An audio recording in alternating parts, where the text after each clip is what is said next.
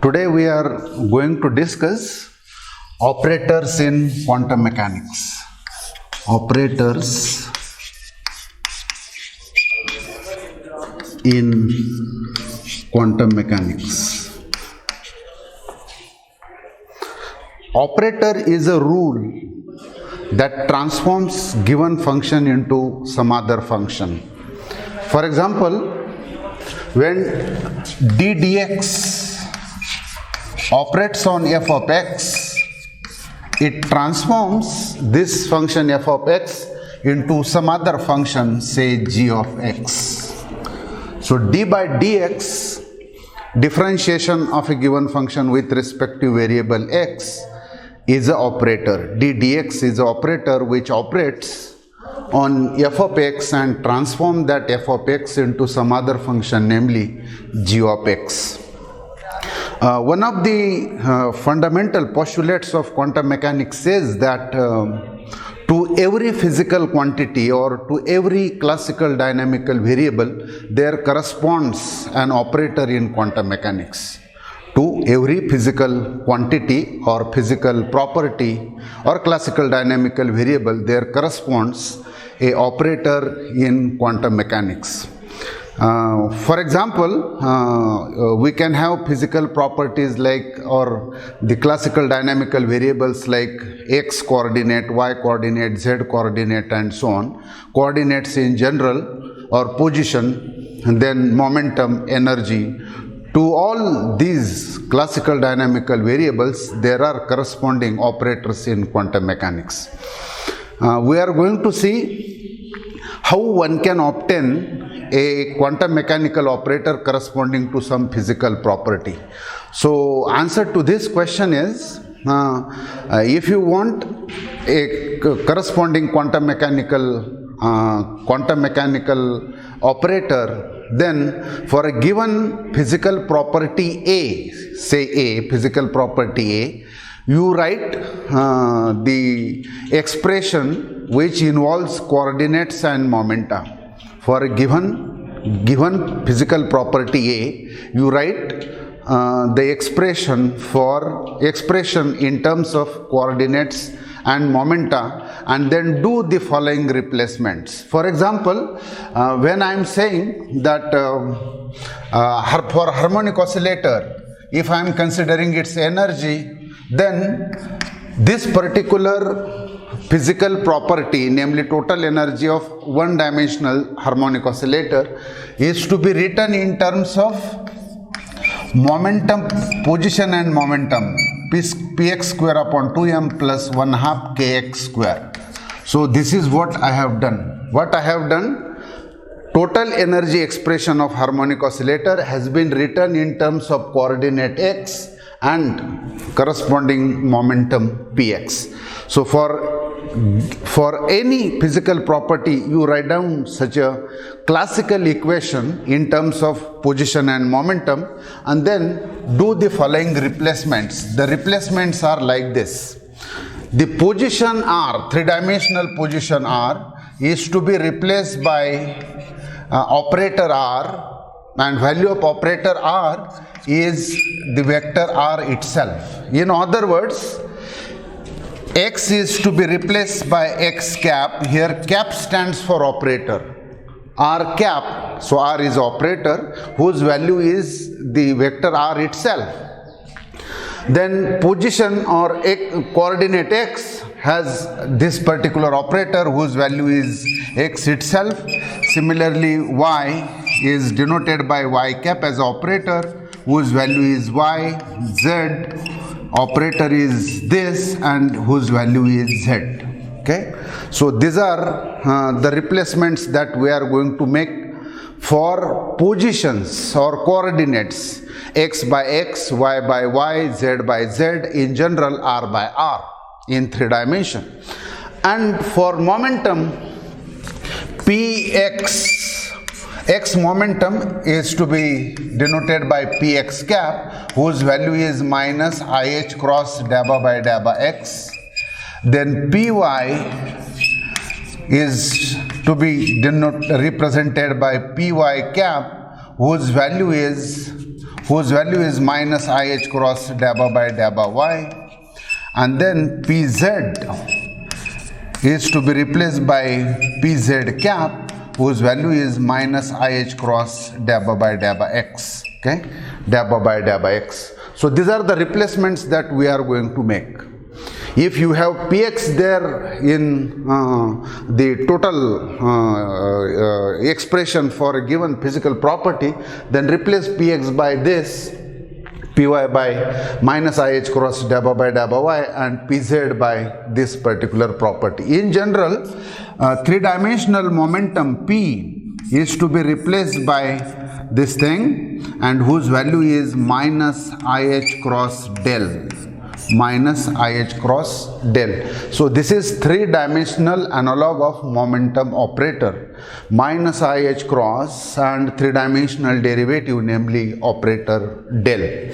So if we have these values for Px, Py, Pz, then Px square will be, so many times we used to drop these caps which are written on the heads of these operators. It is understood that it's operator. So Px square will be minus IH cross dabba by dabba x into minus IH cross dabba by dabba x. Product of these two operators is Px square, which gives me minus minus plus I square is again minus minus h cross square dabba 2 by dabba x square. Dabba 2 by dabba x square. So square of the momentum operator for Px square is this operator minus IH cross dabba 2 by dabba x square, minus h cross square, minus minus plus I square is minus minus h cross square dabba 2 by dabba x square. Similarly for Py square, I have minus h cross square dabba 2 by dabba y square, Pz square minus h cross square dabba 2 by dabba z square.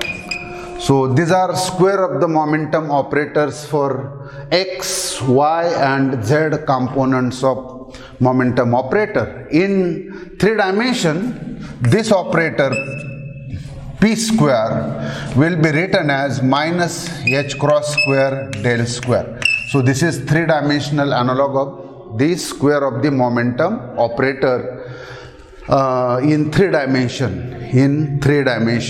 So these are the replacements for coordinates and momentum or square of the momentum. So let us take a first classical dynamical variable or first physical property, namely kinetic energy T. So its operator, if I want to write operator corresponding to kinetic energy, then I will write first classical mechanical equation for kinetic energy. T is 1/2 mvx square, or which is px square upon 2m in one dimension. So this is classical mechanical equation. Then this px square is to be replaced by minus h cross square dabba 2 by dabba x square, isn't it? And therefore T operator is minus h cross square upon 2m, and then dabba 2 by dabba x square. Okay. So if T is function of x alone, then this comes out to be minus h cross square 2m d2 by dx square.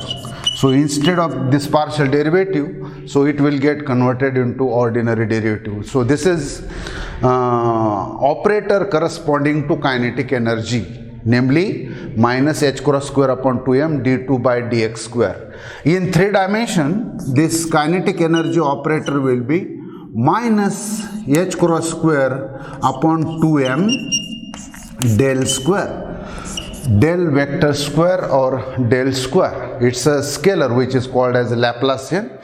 So this is three-dimensional analog of kinetic energy operator. Then one more thing which is important is regarding the potential energy. We have obtained the operator corresponding to kinetic energy. Now for potential energy. So operator corresponding to this physical property or physical quantity, namely potential energy or potential. Let me repeat that potential and potential energies, they are same in quantum mechanics. They are not same in electrodynamics. In electrodynamics, potential is denoted by phi, and when potential is multiplied by charge on a particle, such as electron like E phi, then it becomes a potential energy. So in electrodynamics, charge times potential is a potential energy, but in quantum mechanics, potential and potential energies, they are same.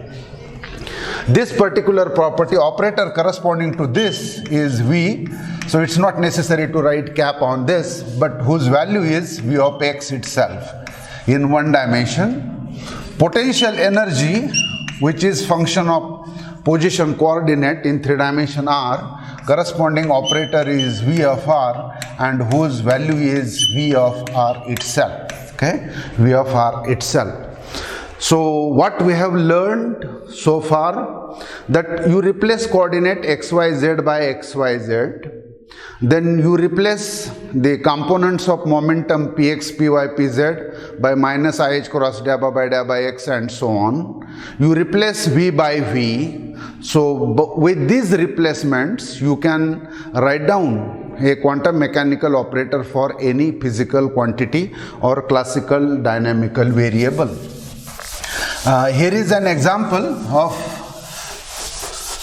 Hamiltonian. Hamiltonian means total energy. Total energy of any system in general is E equal to kinetic energy plus potential energy. E is T plus V.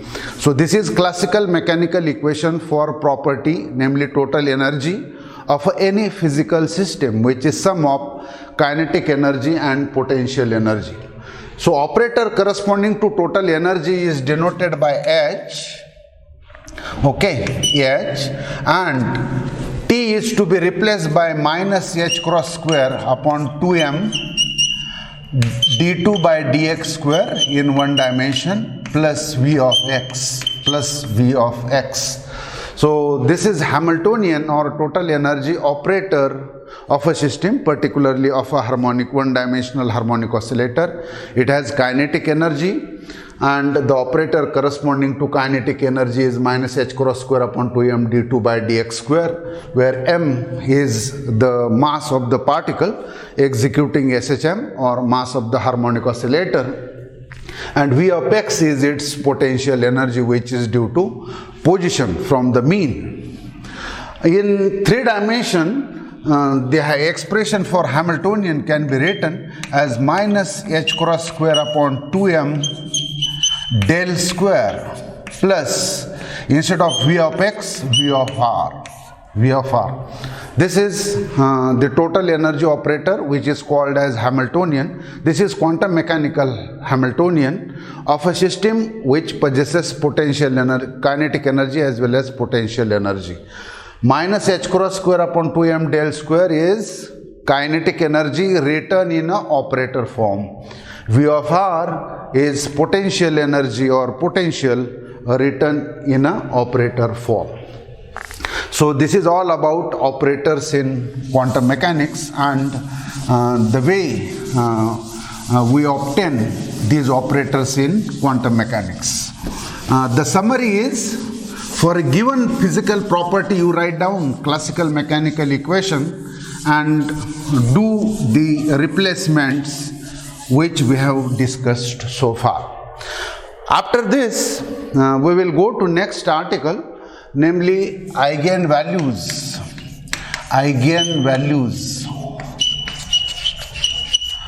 and eigenfunctions, eigenvalues and eigenfunctions. What is important here is eigenvalues is a single word. These are not two separate words like eigen and values. Similarly, eigenfunction is again a single word.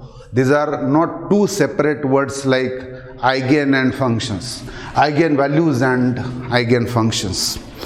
Let me tell you that this eigen is a German word and whose meaning is proper, or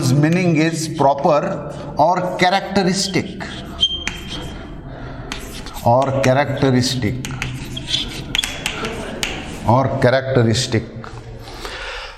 Now what we are going to discuss is, we are going to consider a physical property A, such as maybe energy, maybe momentum, maybe position, etc. Let A be a physical property or a classical dynamical variable, and operator corresponding to it is, say, A cap. This is property and this is operator corresponding to that particular property. What happens normally in quantum mechanics is that this operator A, when it operates or when it acts on some function such as psi, this is operator corresponding to physical quantity or physical property A. It acts on psi, it operates on psi and transforms that function into some other function, phi. Okay. So what I have on left hand side is the action of operator, and on the right hand side there is a result of the action. So action on the left hand side and the result on the right hand side. So whenever an operator operates on psi, generally that psi gets converted into some other function phi.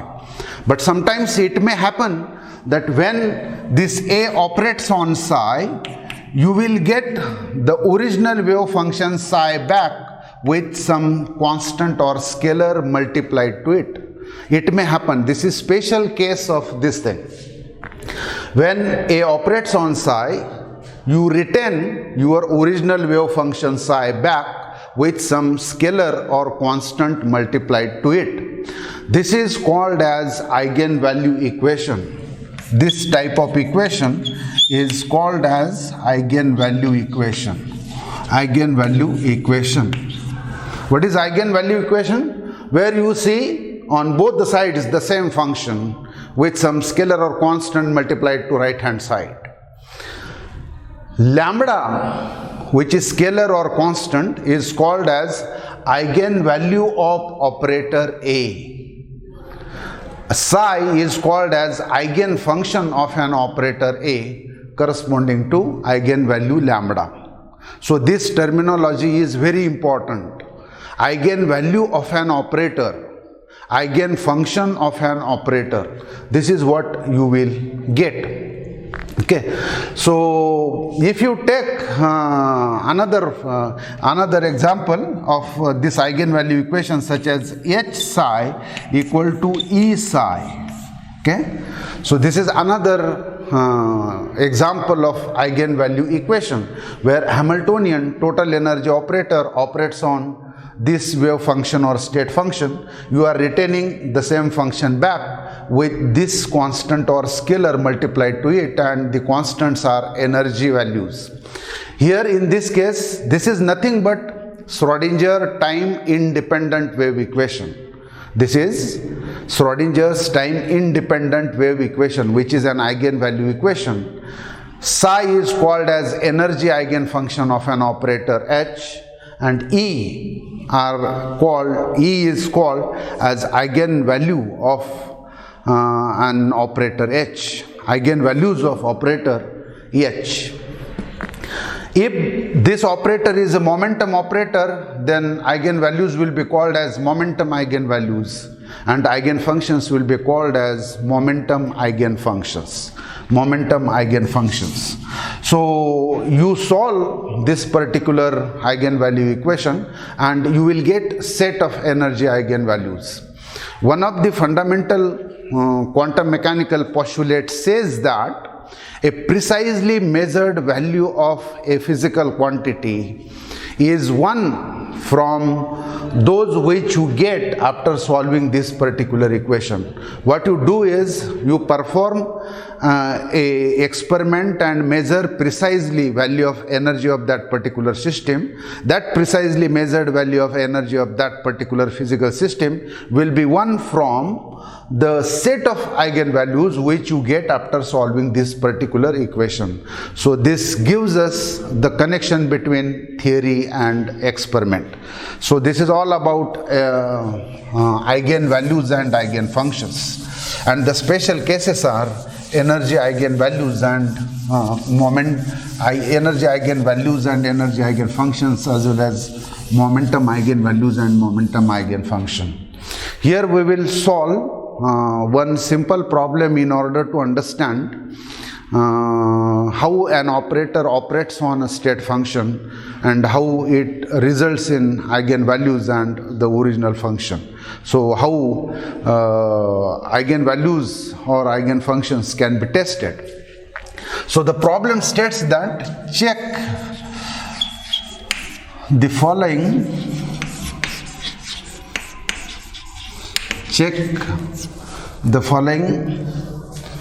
functions.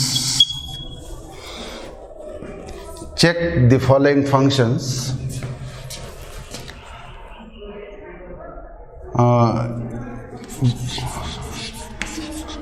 Check the following functions.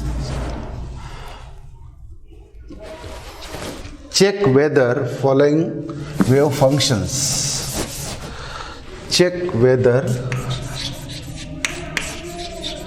following functions are eigenfunctions of operator d2 by dx square. If yes, then what are the eigenvalues? What are the eigenvalues? Check whether following functions are eigenfunctions of operator d2 by dx square. What are the eigenfunctions? The first function is sin x. The second function is e raised to 2x. And second function is sin square x. These are the three functions which we are going to test whether they are eigenfunctions of operator d2 by dx square. Let me tell you that when we determine eigenvalues and eigenfunctions, we must have this type of equation, eigenvalue equation, namely a psi equal to lambda psi. If the given wave function satisfies this equation, then it is eigenfunction of an operator A, and lambda will be eigenvalue. In this case, let A be equal to d2 by dx square. So A stands for this particular operator, and now what I am doing is I am operating d2 by dx square on sin x, first function. So this will be written as d dx. The first derivative of sin x is cos x, and d by dx of cos x is minus sin x. So d2 by dx square of sin x is equal to minus sin x. So what you have observed, that this wave function satisfies this particular type of equation. This equation is of the type a psi equal to lambda psi. You are returning sin x back on the right hand side with constant minus 1 multiplied to it. So answer to this question is sin x is eigenfunction of operator d2 by dx square, and the eigenvalue is minus 1. Minus 1 is multiplied to it. On the same line, we can check whether e raised to 2x is eigenfunction of operator d2 by dx square. Alright, so d2 by dx square of e raised to 2x is d dx First derivative is 2e raised to 2x, and then second derivative is 4e raised to 2x. Okay, so d2 by dx square e raised to 2x is 4e raised to 2x. What you have observed, this is equation of the type SI equal to lambda psi. You are retaining e raised to 2x back in this equation with constant 4 multiplied to it. So e raised to 2x is eigenfunction of operator d2 by dx square with eigenvalue 4. What is the value of eigenvalue? 4. Similarly, the third and the last function which is to be tested for eigenfunction is sine square x. So d2 by dx square of sine square x is d dx, derivative of sine, first derivative of sine square x, 2 sine x cos x, okay, derivative with respect to its index and derivative with respect to the function itself. So this is nothing but d dx of sine 2x, because 2 sine x cos x is sine 2x, and then derivative of d dx of sine 2x is 2, and then derivative of sine x 2 cos 2x, 2 cos 2x. So this is the second derivative of sine square x. So d2 by dx square of sine square x is this. What you are observing in this case, that this equation doesn't satisfy SI equal to lambda psi. So you are not retaining your sine square x back on the right hand side. You are getting some other function on the right hand side. So this is not sine square x is not eigenfunction of d2 by dx square. Sine square x is not eigenfunction of operator d2 by dx square, and if it is not eigenfunction, there is no question of eigenvalue. So here ends eigenvalues and eigenfunction. So today we will stop here.